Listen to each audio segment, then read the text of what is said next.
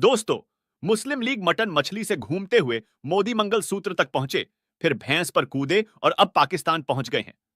लेकिन संभावित हार का डर फिर भी दूर नहीं हो रहा है।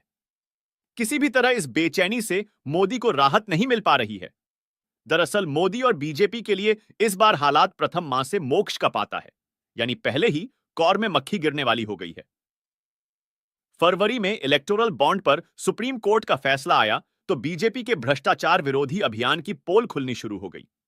इसके बाद मुसीबतों का सिलसिला ऐसा शुरू हुआ कि अभी रायबरेली और अमेठी तक जारी ही रहा और आगे भी न जाने बीजेपी के लिए कौन सी मुसीबतें सिर उठाई खड़ी होंगी। इलेक्टोरल बॉन्ड के साथ साथ राहुल गांधी की भारत जोड़ो न्याय यात्रा में उठाए मुद्दों पर बीजेपी फंसी।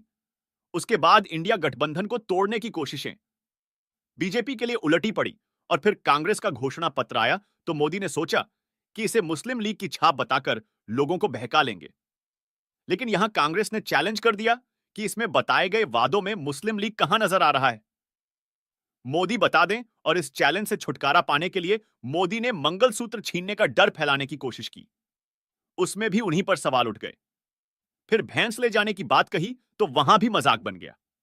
और अब चुनाव के तीसरे चरण में तीसरे दौर के पहले मोदी अपना प्रिय विषय पाकिस्तान ले आए। लेकिन यहां भी लोगों को समझ आ गया कि 10 सालों से किस तरह उन्हें मूर्ख बनाया जा रहा है। पाकिस्तान की बात करने वाले मोदी आज तक यह नहीं बता पाए कि पुलवामा हमले के पीछे असली जिम्मेदार लोग कौन थे और क्यों मोदी अपने सैनिकों की रक्षा नहीं कर पाए।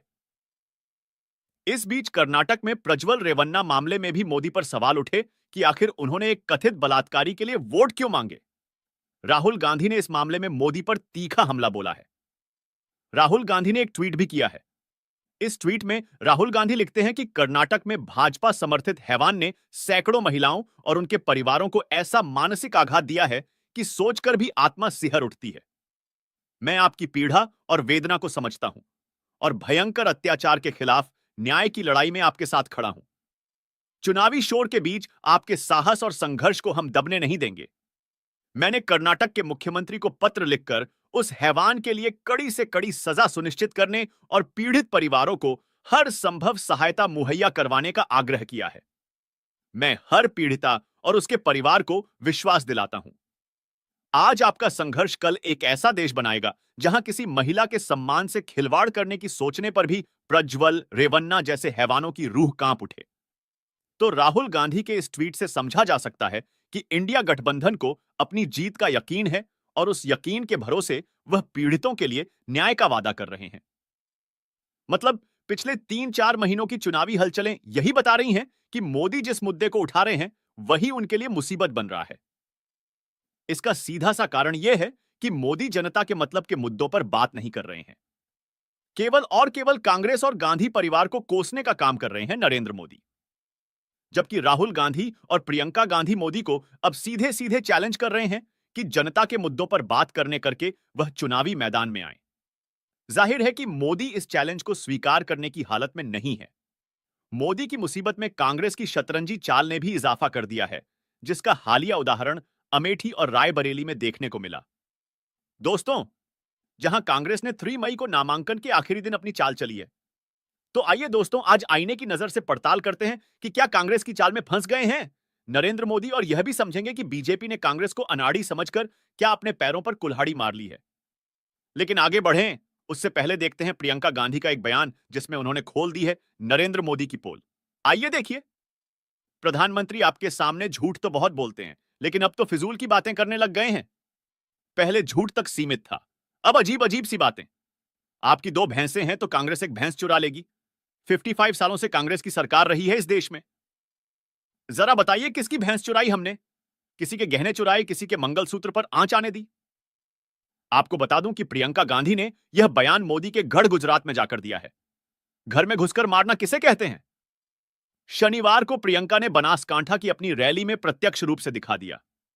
बेहद शांत और संयमित तरीके से प्रियंका गांधी ने मोदी की फिजूल की बातों का सच जनता के सामने रख दिया। उन्होंने कहा कि मोदी झूठ तो बोलते ही हैं, अब फिजूल यानी बेकार की बात भी करने लगे हैं और प्रियंका जो कुछ कह रही हैं उसे लोग भी समझ ही रहे हैं। क्योंकि कांग्रेस के शासनकाल में बेशक कमियां थीं, लेकिन किसी का मंगलसूत्र सरकार ने छीना या भैंस खोलकर ले गए, ऐसा कभी नहीं हुआ। मोदी बिल्कुल बेकार की बातों में लोगों को उलझाने में लगे हैं, जबकि देश उनसे महंगाई, बेरोजगारी, जातियों के नाम पर होने वाले झगड़ों, अल्पसंख्यकों के साथ हो रहे भेदभाव, दलित और आदिवासियों की मुश्किलों और महिलाओं की सुरक्षा जैसे जरूरी सवालों पर आश्वासन भरे जवाब चाहता है। लेकिन मोदी के किसी भी भाषण में इनमें से किसी मुद्दे पर बात नहीं हो रही। सिर्फ गांधी परिवार, कांग्रेस और इंडिया गठबंधन पर हमला बोलने में मोदी लगे हुए हैं।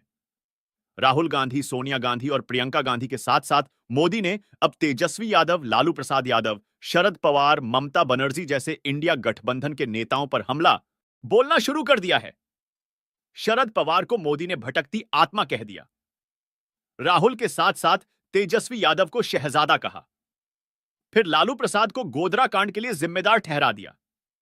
इस तरह दूसरों को घेरने के चक्कर में मोदी ने कब अपने लिए फंदे तैयार कर लिए, इसका एहसास ही उन्हें नहीं हुआ। गोधरा का जिक्र मोदी ने सांप्रदायिक ध्रुवीकरण के लिए किया होगा, लेकिन मोदी भूल गए कि देश में विभाजन की खाई गहरा करने वाला यह कलंक उन्हीं के शासनकाल में लगा था, और केंद्र में तब वाजपेयी जी की सरकार थी, न कि यूपीए की सरकार। मोदी ने राहुल गांधी और तेजस्वी यादव को शहजादा कहा, तो तेजस्वी यादव ने भी मोदी को करारा जवाब दे दिया है। आइए जरा सुन लेते हैं तेजस्वी यादव क्या कुछ कह रहे हैं नरेंद्र मोदी पर। अब देखिए प्रधानमंत्री जी, कुछ भी बोल सकते हैं, वह पीरजादा हैं। पीरजादा के मतलब बुजुर्ग हैं, और हम लोग तो छोटे लोग हैं, उनका हक है। कुछ भी बोल सकते हैं, वह पीरजादा हैं, लेकिन सच कम झूठ ज्यादा है। तो अब आए हैं दरभंगा, मिथिला की धरती पर आए हैं, तो काम की बात होनी चाहिए। मिथिला के लोग बहुत प्रबुद्ध लोग हैं। वह काम की बात सुनना चाहते हैं, ना कि बेकार की बात सुनना चाहते हैं। झंझारपुर हो, मधुबनी हो, दरभंगा हो, लगातार एनडीए के सांसद, केंद्र में उनकी सरकार और बिहार में उनकी 17 साल से सरकार। लेकिन यहां के लोगों के लिए उन्होंने कुछ नहीं किया। आए थे तो थोड़ा चले जाते, जो दरभंगा एम्स देख लेते कि क्या स्थिति है। लोग जाता है, शोभन ढूंढ रहा है, एम्स का है, किसी को मिलता ही नहीं, लौटकर चले जाते लोग। पता नहीं प्रधानमंत्री जी को कौन जानकारी दे देता है कि एम्स बन गया। अरे जमीन तो हमने दिया था एम्स का, 17 महीने में शोभन में और डीएमसीएच का अलग से विस्तार का। जो 25 बेड का करना है वह सारा हो रहा है डीएमसीएच का। लेकिन काम की बात जो है प्रधानमंत्री जी को करनी चाहिए। और इस बार जो है, बीजेपी की हालत बिहार में टाइट है। लोग ऊब चुके हैं प्रधानमंत्री जी के झूठे वादे से। तेजस्वी यादव ने बता दिया कि लोग मोदी के झूठे बयानों और बातों से ऊब चुके हैं, और बिहार में बीजेपी की हवा टाइट है।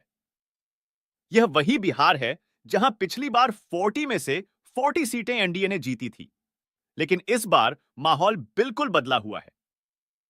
तेजस्वी यादव पूरे बिहार में लगातार घूम रहे हैं, और अब तक कम से कम 97 रैलियां कर चुके हैं।